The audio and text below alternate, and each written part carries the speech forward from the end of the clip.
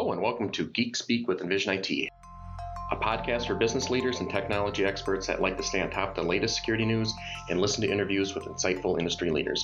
I'm Bill Crane, Chief Stakeholder Architect and CTO at Envision IT. Let's get started. I want to welcome Tim Minahan. He's the Executive Vice President of Business Strategy and the Chief Marketing Officer with Citrix. Good morning, Tim. Morning, Bill. Thanks for having me. You bet. Maybe you could start out, tell the folks, what you're doing at Citrix and maybe some of your history there. Yeah, certainly, Bill. It's been an exciting, 4.5 years now at Citrix, as we've seen both the IT landscape as well as the work landscape evolve, quite dramatically in that time. In my role, I run corporate strategy, as well as I play the position of Chief Marketing Officer, helping us have the right conversations, in the market with our customers, to meet their needs. That's fantastic.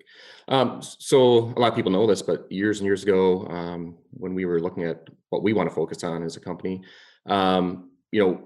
we are very purpose-driven. We're a conscious company. And when we looked at Citrix, we saw something very similar in ourselves. So it was pretty natural to kind of partner with Citrix and grow that way. How do you see that evolve over time with Citrix? Yeah, well, certainly, I agree with you, Bill, that Envision really shares a lot of the same values and purpose-driven business methods that Citrix does. Really, we're here to help truly the world work better. Certainly, our customers, the communities in which we live in, and the environment that we all share. And we put that into our strategy, behind the products that we deliver that empower companies to embrace remote work, that allow them to pursue low power, low carbon footprint strategies, to accelerate things to the cloud, to get greater scale without adding to their carbon footprint. As well as giving back to the communities. We're actively involved, as you are, in our local communities, especially during this time of crisis. But we also support organizations that really help evolve and build the next generation of innovators. Right, we're actively involved in STEM. We're actively partnering with Girls Who Code because we believe that's the future. Right, we want to cultivate an environment that shares our values, to constantly be curious, to drive innovation, and to prove that good business can indeed be doing good for the world. Yeah, absolutely. And then that is what we love about Citrix. We always joke you're the kinder, gentler, technology company. So you guys definitely live up to that. You mentioned the future of work. A lot of people in the past maybe thought of Citrix, it's kind of a virtualization leader. Certainly remote access is kind of what started that. And now we've seen a lot of changes in the last year. Maybe you could talk a little bit about how Citrix is changing and becoming kind of that workspace leader. Yeah, certainly, Bill. If you think, yes, indeed, Citrix has indeed been around 30 years now. We've pioneered virtualization and the concept of remote work.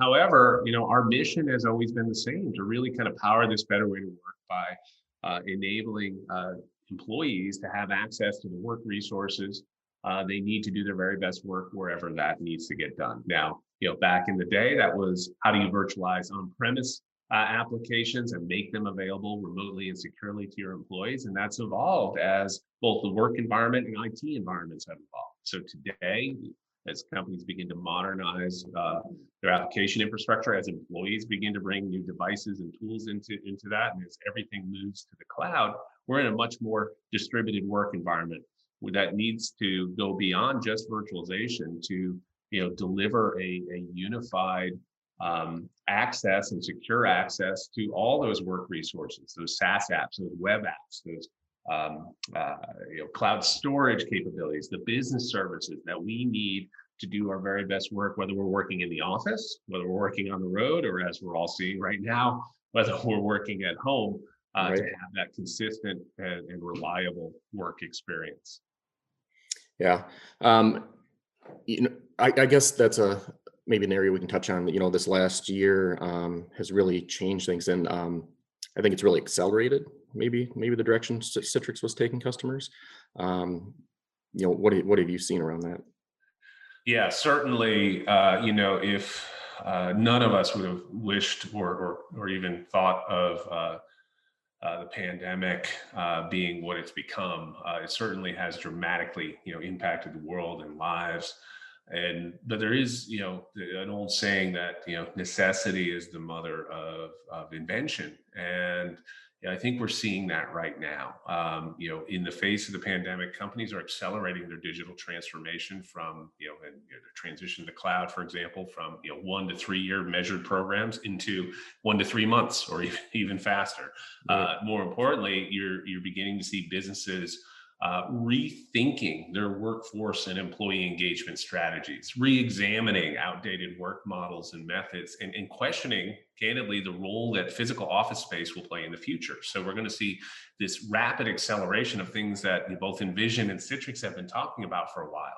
This move to hybrid and more flexible work models is rapidly becoming the norm, and success is going to go to those companies that can deliver that consistent and secure work experience across any work channel or any work location. Yeah, and speaking of location, I mean, that certainly has opened up the ability to maybe reach outside your local community for, as an employee or as an employer. Let's talk a little bit about the changes in what Citrix is doing around the workspace. In the past we've gone to one place and we've consumed our local on-premises apps. Maybe we've worked on some virtual desktops, but what's Citrix doing a little bit different around some of the intelligence, and what's that enabling employees to do? Yeah, certainly, Bill. As we talk about, how do you deliver this unified digital workspace experience to your employees? One of the things that we've seen over the years is companies begin to introduce new applications as employees begin to embrace new collaboration channels and Teams and Slack and et cetera. It's really not only enhance their productivity, definitely, but it's also reached a tipping point where there's a lot of noise in the workday, where you're constantly being barraged with text messages, Slack messages, messages through Teams. You're getting alerts from from your applications that there's a task for you to do, and so. What we're finding is typical employees gets disrupted every 2 minutes or so, and it takes them about 20 minutes to get refocused on the work they need to get done. And so we've created this work environment that's become very, very noisy and disruptive. And so with a digital workspace, not only do you need to have it be unified, giving employees everything they need to be productive in one unified experience, all of their virtual desktops if they need them, their SaaS apps, their web apps, their content, their business services. It also needs to be secure, and that's why we've invested to not just provide secure access, that bouncer at the front door that makes sure that you're on the list and have authentication to access the resources in the workspace, but contextual application of security policies as your behavior changes, as you begin to do things like additional levels of authentication or turning off certain features like download or print when you're gone, layering on app protection on top of that so that you can't, anti-screen scraping and anti-keystroke logging, really providing a secure environment that doesn't get in the way of the employee experience, but gives IT the confidence that your work resources are secure. And those are two key components that you hear a lot about from an IT perspective.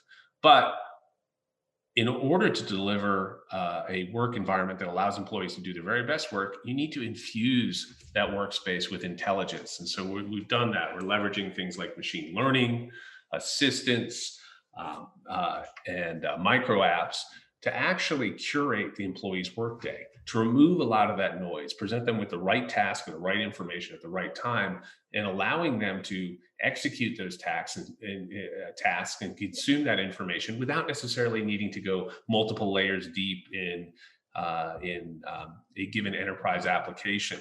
And then the last thing, as we bring our our networking or app delivery portfolio together, is just having unified access to all the apps you need is critical. But if those apps aren't performing at their best, as we've seen as we move to work from home, that causes additional frustrations. And so by delivering our networking portfolio too, we can ensure that your applications are performing as they should and at their best, whether you're in the office or whether you're working remotely at home. Yeah. Yeah. I think timing too is great. We talked earlier about, bringing in employees that are maybe not in the same city, state, wherever. But one challenge there too is that now you don't necessarily sit down side by side with the employee and show them all your apps and how to access everything. So I think the simplicity of the workspace and the intelligence is really nice for that, for onboarding new employees.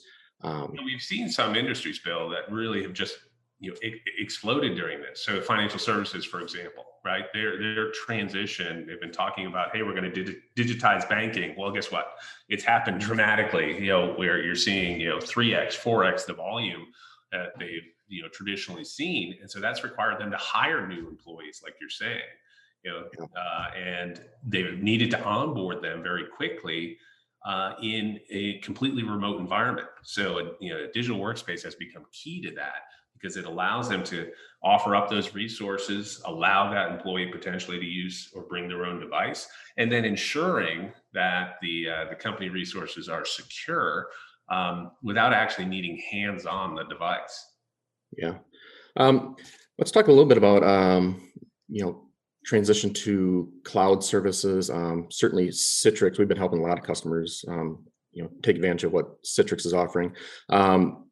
One place that you guys do partner very well with is around Microsoft and their cloud services as well. Maybe you could tell us a little bit about what Citrix is doing there. Yeah, it's been an incredibly exciting year. As not only as companies have looked to modernize their application environments and accelerating their transition to the cloud, we've made sure that we lined up with and enhanced our innovation and partnerships and with the major public cloud service providers, so that our customers could pursue their cloud strategy and have the choice to do that with any of the public clouds that they wanted to. And so we've enhanced our strategic partnership with Microsoft, which has been a long-term partnership. But earlier this year, we announced co-innovation and a joint roadmap, really to help accelerate our customers' adoption of transitioning their digital workspaces to running on Azure. And so you've seen us come out with new migration tools and that make it easier for you to transition those workloads. New management tools that provide insight to help you remotely manage that environment when your desktops are running in the cloud.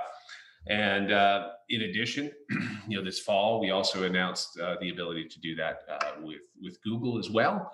And the introduction of a number of our cloud services also available on AWS, including our application delivery controllers. So you can manage, network traffic in a hybrid cloud environment as you begin to evolve your own, application infrastructure. Yeah, that's fantastic.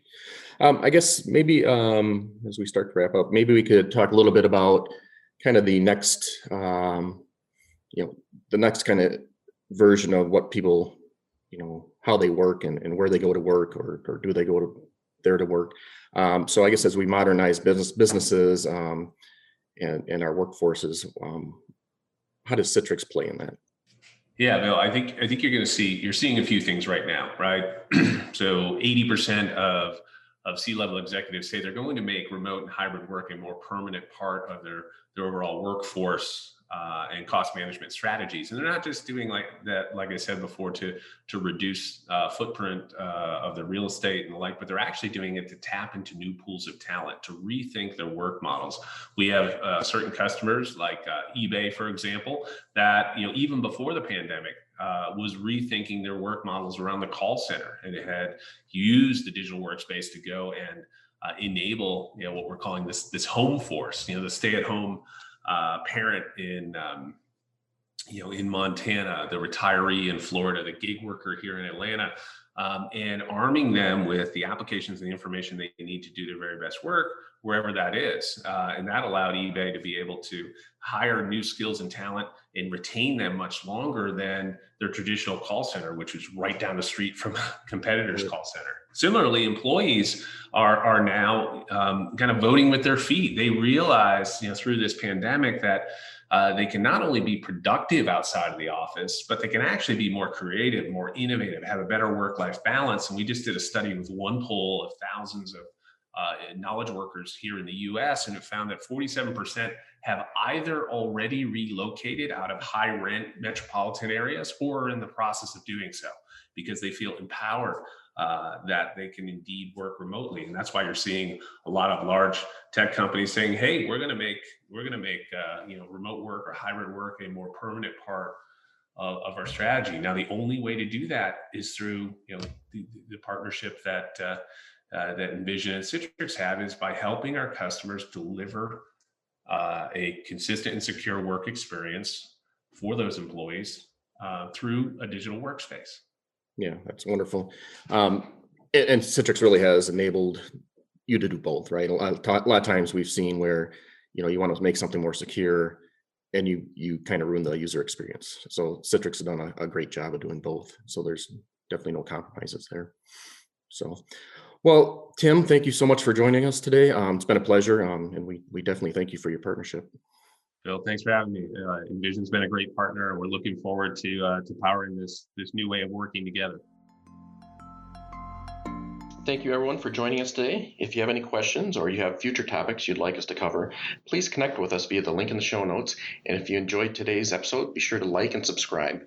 We'll see you next time on Geek Speak with Envision IT.